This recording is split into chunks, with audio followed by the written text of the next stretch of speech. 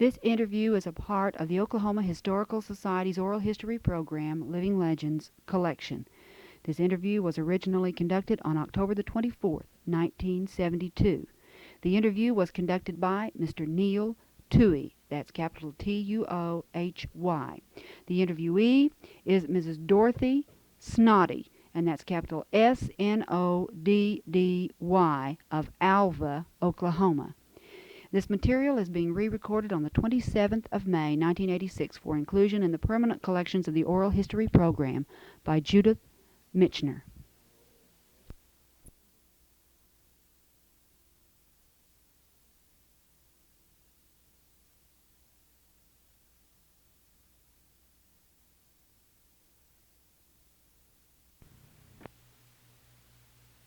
This is C.J. Tuohy from Oklahoma City, and I'm here at Alva on October the 24th, 1972. I've come here to interview Dorothy Snoddy, Snoddy, of Alva, Oklahoma. She's going to give us some of the highlights of her life and has some interesting episodes to tell us about. Miss Snoddy. Okay. Well, I was born down by Hopeton, and my mother was, maiden name was Carrie Gamble, and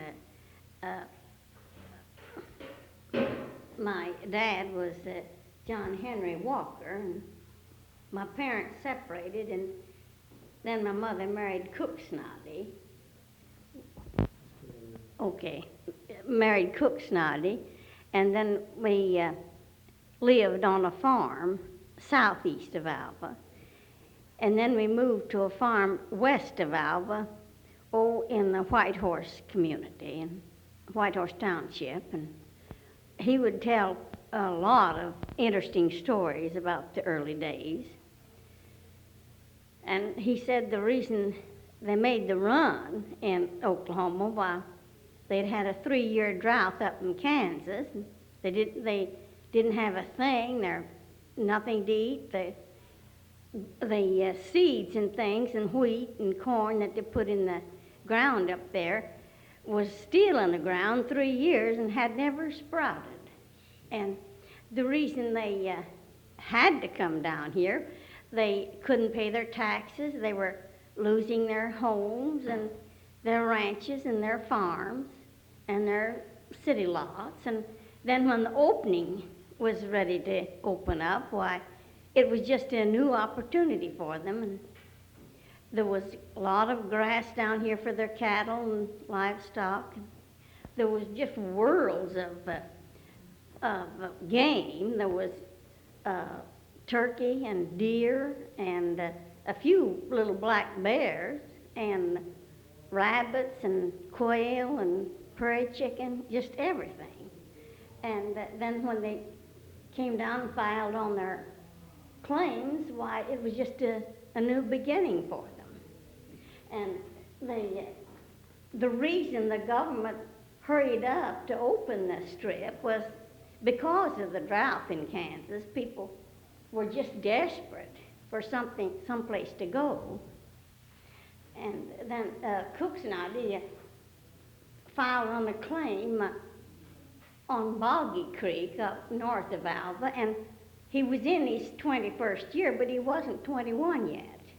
And he put his stake down and tied his pony up, and the gray wolf scared it in the night, and it broke loose and went clear on up to Kiowa, where he'd left in Kiowa that morning. So the next morning, why, a girl showed up, and her name was Smith, and she knew him up in Barber County, and she said, well, Cook, you're not 21 yet. And so she said, I'm going to file on this claim. And he didn't have his pony, and he said, oh, all right. And he just picked up his saddle and his shovel and went over the hill, and Tom Dyer was there. And they had a camp there, and he wanted to borrow a horse. And he said, well, there's a dozen horses. It doesn't belong to anybody here. Just rope one of them, and when you get down to Alva, well, just turn it loose. And the owner will probably find it. And so he did that, and then he took a town lot in Alva, and he found his father's, what he thought was his father's tent there in the square, and so he gave him a good meal and everything, and when he just got about done, why, it wasn't his father's tent at all. It belonged to the surveyors that were surveying in here.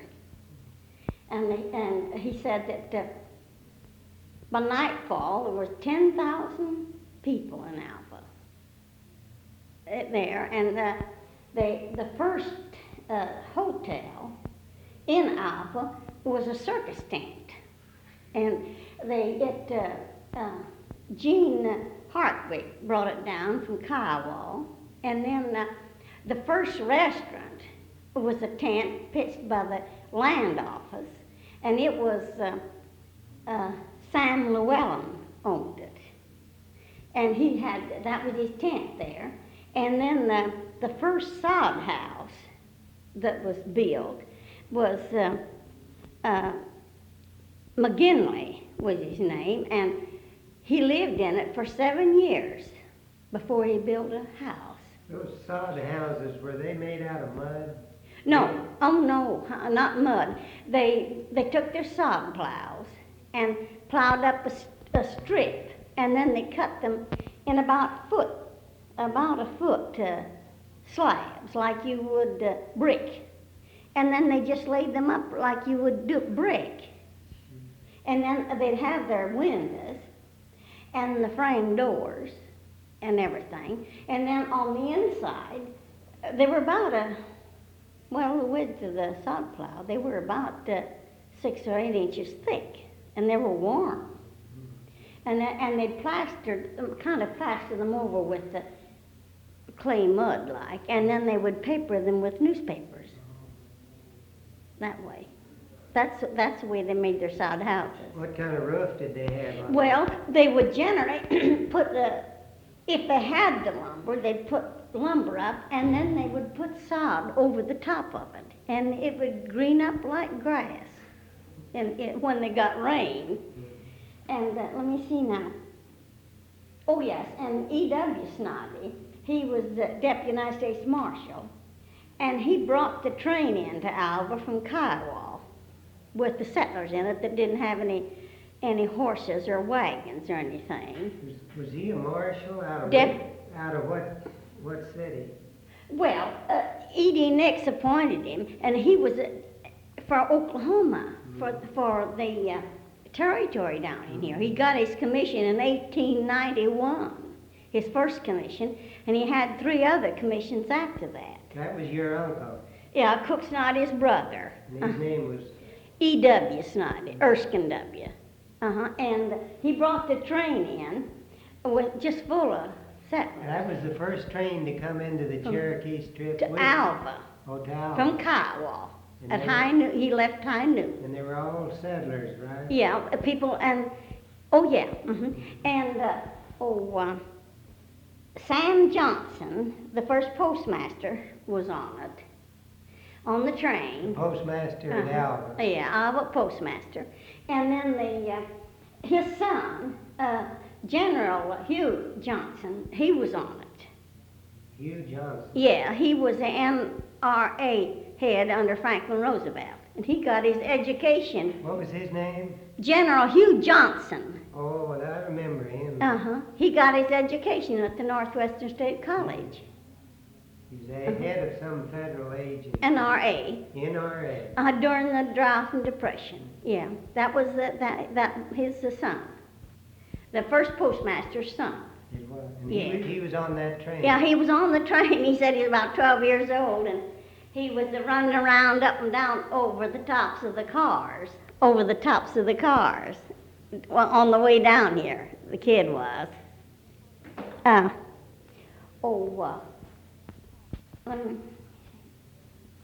now, Mr. Another uncle was a doctor. No, my uncle was Dr. D. Gamble. He didn't come in at the opening, but he came in a few years later. he was a real horse and buggy doctor. He graduated from the Rush Medical College in Chicago. And then my mother's father was Judge Gamble, but he didn't come in at the run. He came in about 1900. But my uncle, her brother, was with the newspaper with Frank Hatfield, the pioneer. And Frank Hatfield published his paper at Attica and brought it down on the train, the Pioneer, and put he threw a paper out at every tent door the night of the opening. That was the paper. The first paper, where was that now? In Alva. Where? In Alva. The first paper in Alva, the Pioneer, the Alva Pioneer. And he brought the press on the train? No, he brought the papers. He had them printed in Attica and brought them down on the train, and then he brought his press down when he had got the place to put it. See, you have to have a building for it. You can't put it in a tent, or anything like that. And then he was in the newspaper business for years and years and years. He lived, I think he was 96 when he died. What was his name? Frank Hatfield. He was a well-known newspaper man. His relationship to you was? No, my uncle worked for him, Bob Gamble. He was on the paper with him. And let me see now, George Crowell, the Crowell brothers, now he started a lumber yard in Alva, and he brought his lumber down from Harper and Kiowa to sell to people.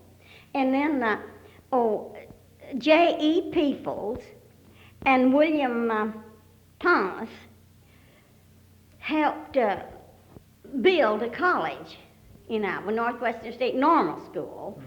And Sherman Peoples called me 3 or 4 days ago, evenings, and he's sending the tools that Mr. Thomas had for me to donate to the college museum up here. And then his father was a carpenter in Alva, and he made the nickel home up here. I'm still on the left. The George Nickel home was the home of the banker in Alva. And nearly half the businessmen today are still in Alva that their fathers made the run. J.P. Reid, he had the first cold storage building in Alva, and then 2 years later, he opened the J.P. Reid Produce Company, and he bought dressed quail and chicken and rabbits and cattle and hides. And his son, Bert Reid, still operates the business. And my uncle was Lou Gashaw and his brother Noel Gashaw, and they had the first electric light plant in Alva. And Bill Stites of the Alva Electric Supply Company worked for them, and he lives in Alva now, and he was about 15 when he worked for them. Do you know the name of that first electric light company? Gashaw. Yes. Gascho. Gashaw was the light plant. They owned the plant and the company. And the Cherokee Strip was a piece of land 168 miles long and 60 miles wide. And it ran across the northern part of Oklahoma so that the Indians would have an outlet to Colorado to hunt buffalo. And that was the Indians in the reservations in old Oklahoma over there. And when the white man killed all the buffalo off, well, then they didn't have any use for the Cherokee Strip. And it wasn't intended for the Indians to live on. Another reason they didn't, Indians didn't like jet water. They wanted soft water. And they didn't like to live up here anyhow. They would hunt a soft water springs, and there was some soft water springs out by Whitehorse. And they had two big Indian cairns built up, like a windmill tower, that you could see for maybe 50 miles, pointing to the soft water when they came down in here. And let me see, and the opening was at noon, September the 16th, 1893. And they had their first church services the next day. It was September the 17th. And a Baptist missionary from Kiowa preached the first sermon. What was his name? Shut it off just a second. Oh, yeah, here. Reverend F.P. Semands, Siemens. And in the afternoon, a Reverend Kane from Medicine Lodge preached the sermon. And then the Union Church was a used building, and it was brought down from Wichita, and all the people went together, not all of them, but a good many of them, and Cook Snoddy was one of them, and helped to put the church up. And they had their first Thanksgiving sermon. That was Cook Snoddy, that was Yeah. your father. Yeah, my stepfather. They had the first Thanksgiving sermon, November the 28th, 1893. There. Now let me see. Oh yes, and the Welts from England, they would come and invest in the West, and the Jews that had a lot of money, they would invest in the West. And when they opened up this Cherokee outlet, why, it brought a lot of money in. And then that made business turn over.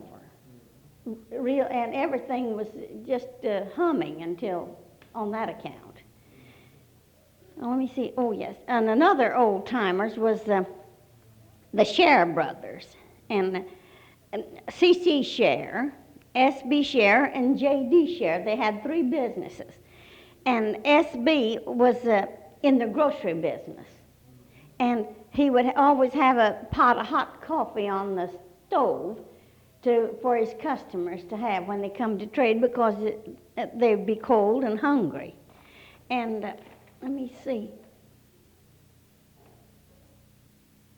And the women and children, they demanded schools and churches and everything. And that's the reason they fought to have the Northwestern State Normal School for Alva, because there were several other places wanting the school, and they got it here in Alva. And the old college burnt down in 1935, but it was just a beautiful college. It was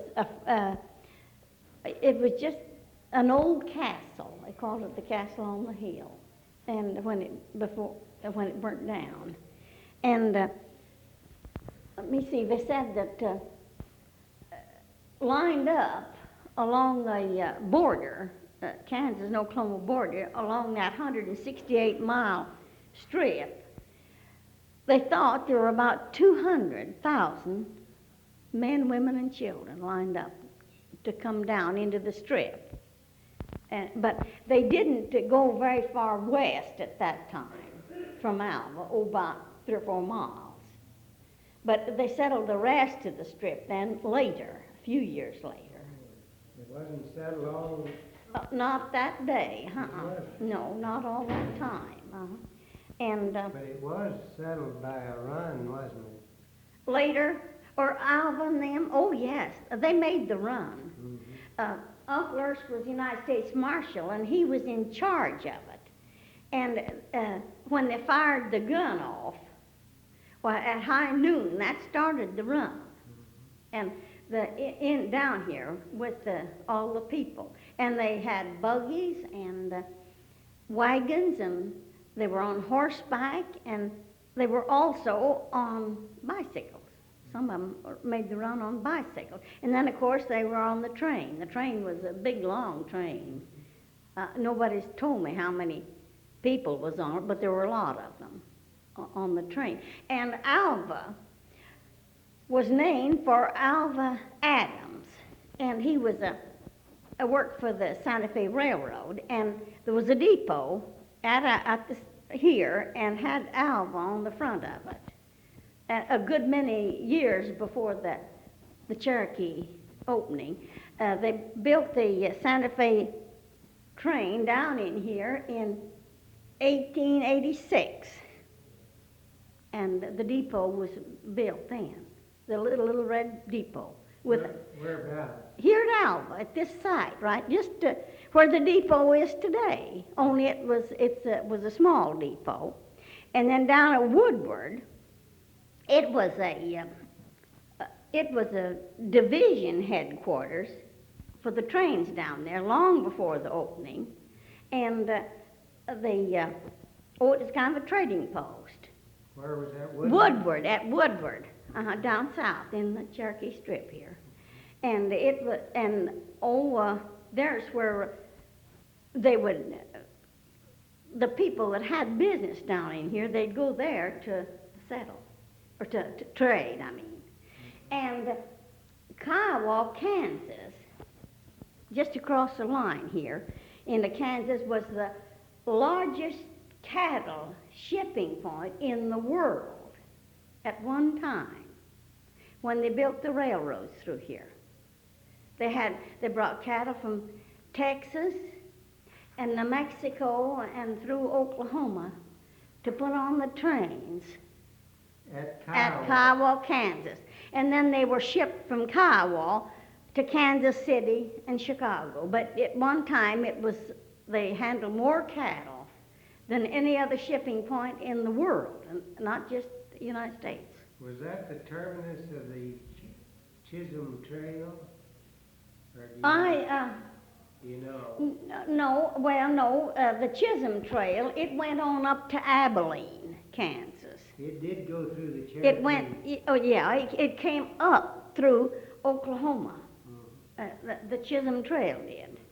And they brought their cattle up. They brought their cattle up that trail until the railroads came in, and then they'd come to the nearest railroad with their cattle. And let me see, you might shut it off and let me think a minute. E.W. Snoddy's father was Colonel W.S. Snoddy, a lawyer, and he was a colonel in the Union Army, too, back in Pennsylvania, the Pennsylvania Volunteers. And then his brother, Claude, E.W. Snoddy's brother, Claude, was also a lawyer. And he also loved to farm, too. He had a claim out west of Alva. And,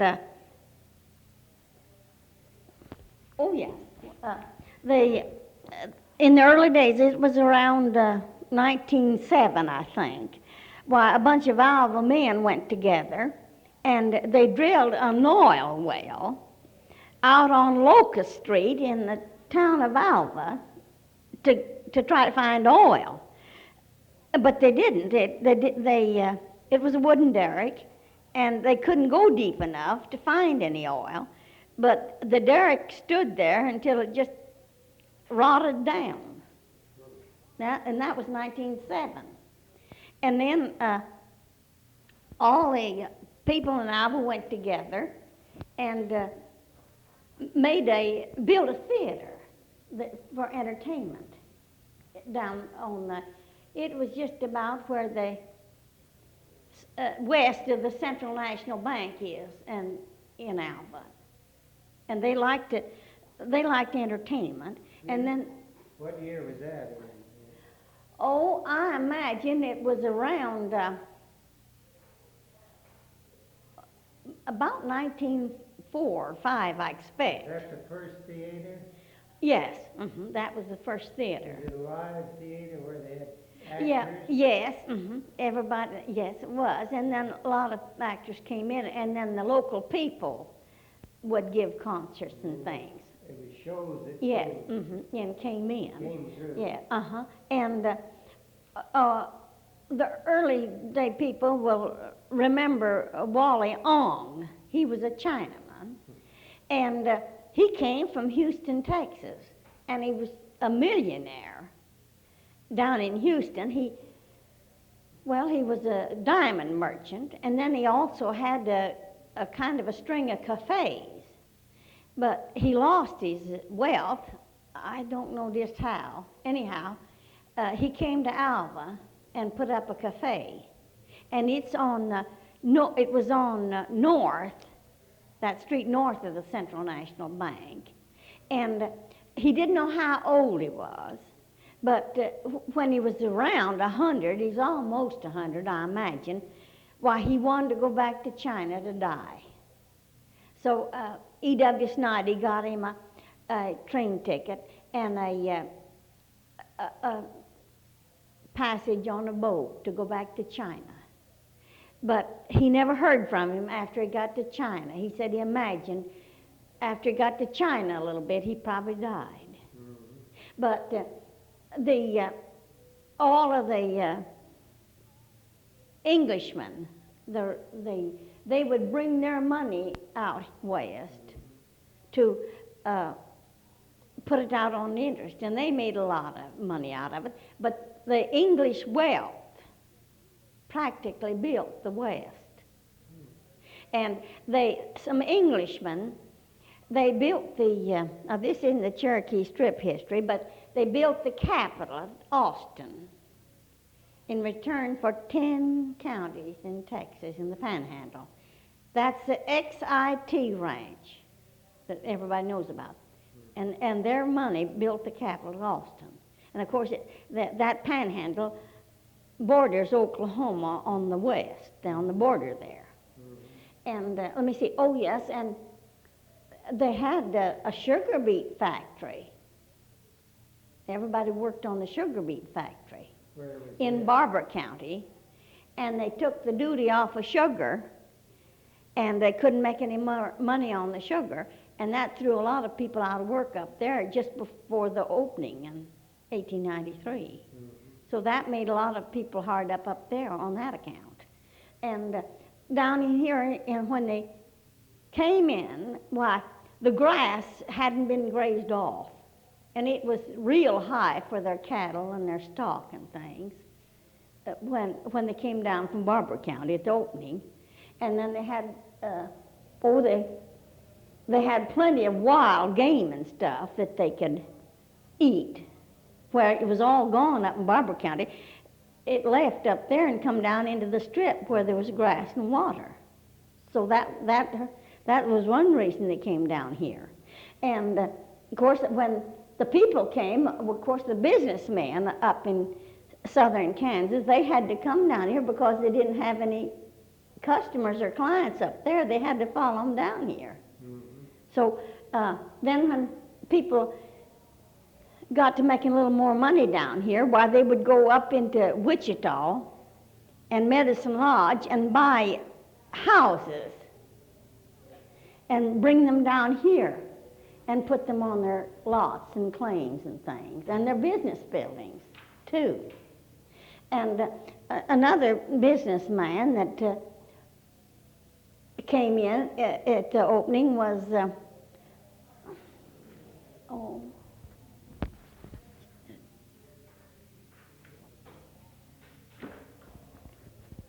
George Mcclure and Bill Mcclure as his son, and they had business in Alva, the banking business and insurance business.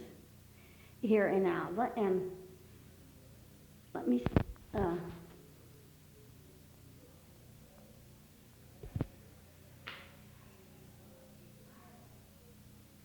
oh yes, and the government land office was right over there about where the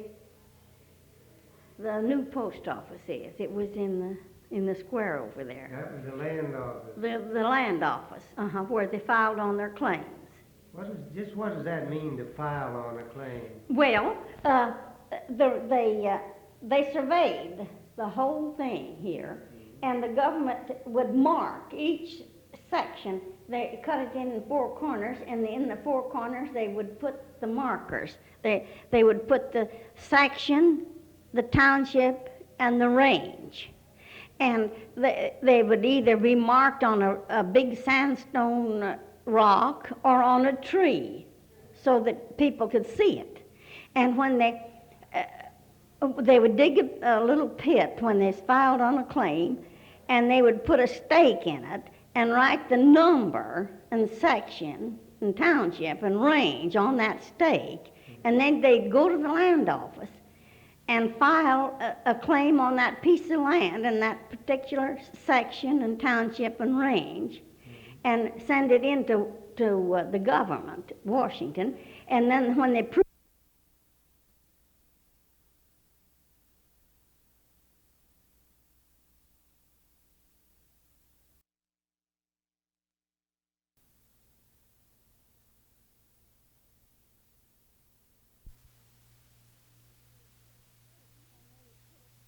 and they would put a stake in it and write the number and section and township and range on that stake, and then they'd go to the land office and file a claim on that piece of land and that particular section and township and range, and send it into the government, Washington, and then when they proved up on it, I think they had to build a little house within so many months or a year on it.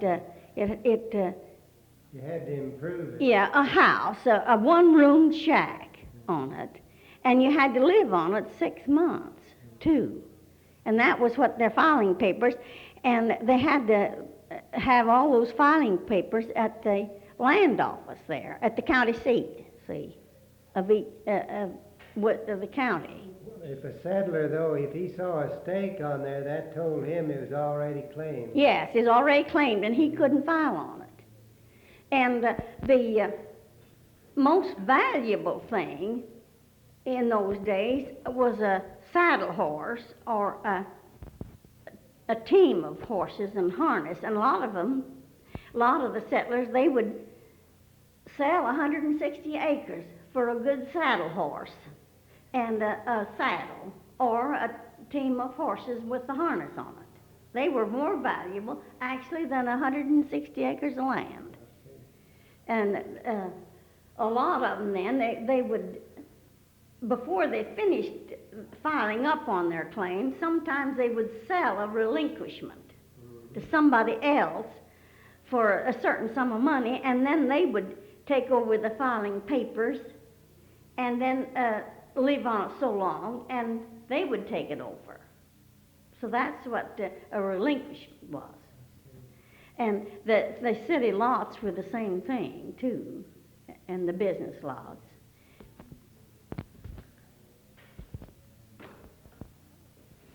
Lem Moore was a postmaster here in around 1918, but he took a claim 4.5 miles west of Alva at the opening, and he built a part sod house and a part dugout and part lumber.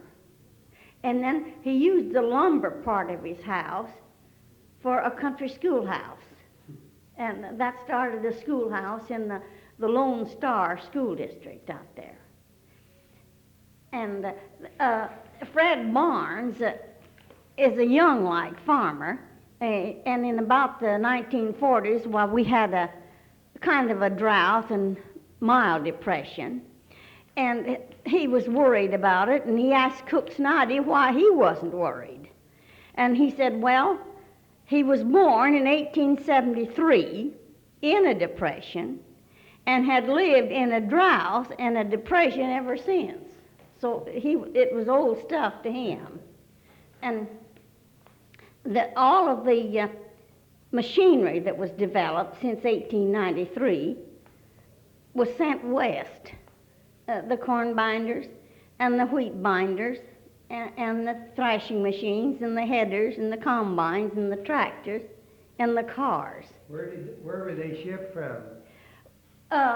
Well, they were shipped from Pennsylvania and Detroit and all the places back east where they manufactured the wealth. They didn't ship so many of them in the East Coast.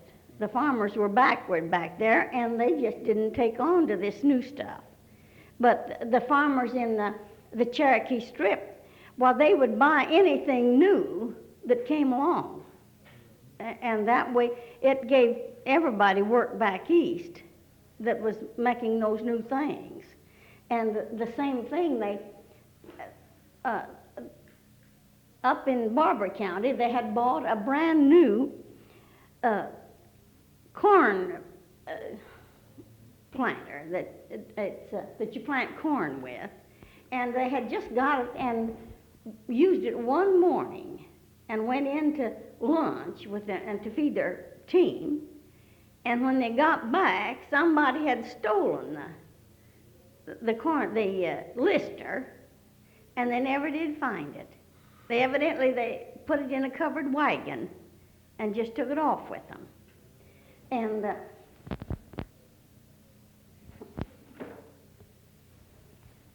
the farmers, when they took all the land around Alva, then they would go on west and file on land, and they worked west that way as the land had been taken up around Alva. And out in Whitehorse, why, Mark Benson was an early day farmer out there, and we moved out to the 13.5 miles west of Alva, about 1918. And they had a sod house out west of Whitehorse that was still a pretty good shape. And we would read things in the newspapers that they had it papered with. And it stayed there till just a few years ago when it wasn't kept up or anything and just kind of wilted down like with time. The sod rots after a time. Yeah. And I lived on a farm out there, and we raised cattle and wheat and corn and feed for our cattle and chickens. But outside of that, we didn't raise anything else except the cattle and horses, a few horses. Did they brand the cattle in those days? Oh, yes. Yes, they branded the cattle. And if they hadn't had the cattle branded in here, just winter before last, when we had that big snowstorm, it was the worst in the history. Well, they wouldn't have known whose cattle belonged to which farmer if they hadn't still branded them. They're still brand their cattle. They do? Today, yes. Because one white face looks just like another one, so does the black one. So they have to have them branded, so they're bound to get out. They can tell their cattle from anybody else's. There's a lot of difference in the farming today, though, from what it was back in the early days. Oh, yes, it's faster and it's better, and one farmer can farm 1,000 acres where he couldn't farm but 160 in the early days. And the farmers here are very modern, and they send their boys and their girls over to Stillwater to get a farming education, so that when they come home, why, they can be better farmers than their folks were.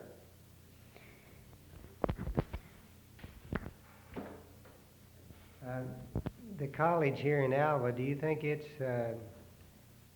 the graduates are being used in this area, or do they have to leave? Well, the best minds have to leave to get good jobs, according to what, and some of the outstanding men in our nation were educated right here in the Northwestern College. Dalton Riggs, he was assistant, I don't know whether he's assistant district attorney or was the district attorney in Cook County in Chicago. What was his name? Dalton Riggs. Right. Uh-huh. And then all of our boys in the Army, when they'd go to the Army, they would make wonderful soldiers. Just because, in the first place, they knew how to shoot. From hunting. Yes, from hunting and things like that. And they had discipline in the home, too. And so the discipline of the Army wasn't too hard for them. And they would go right on up and be lieutenants and captains and things like that. Would that be true today? Oh, yes, in every war that we fought. How about Vietnam War? Oh, yeah, their major generals, some of the boys had their education right here in Alva. Good record. Yes, they have fine records. They're fine records, just wonderful. This is C.J. Tuohy of Oklahoma City. I'm closing this interview with Dorothy Snoddy on October the 24th, 1972.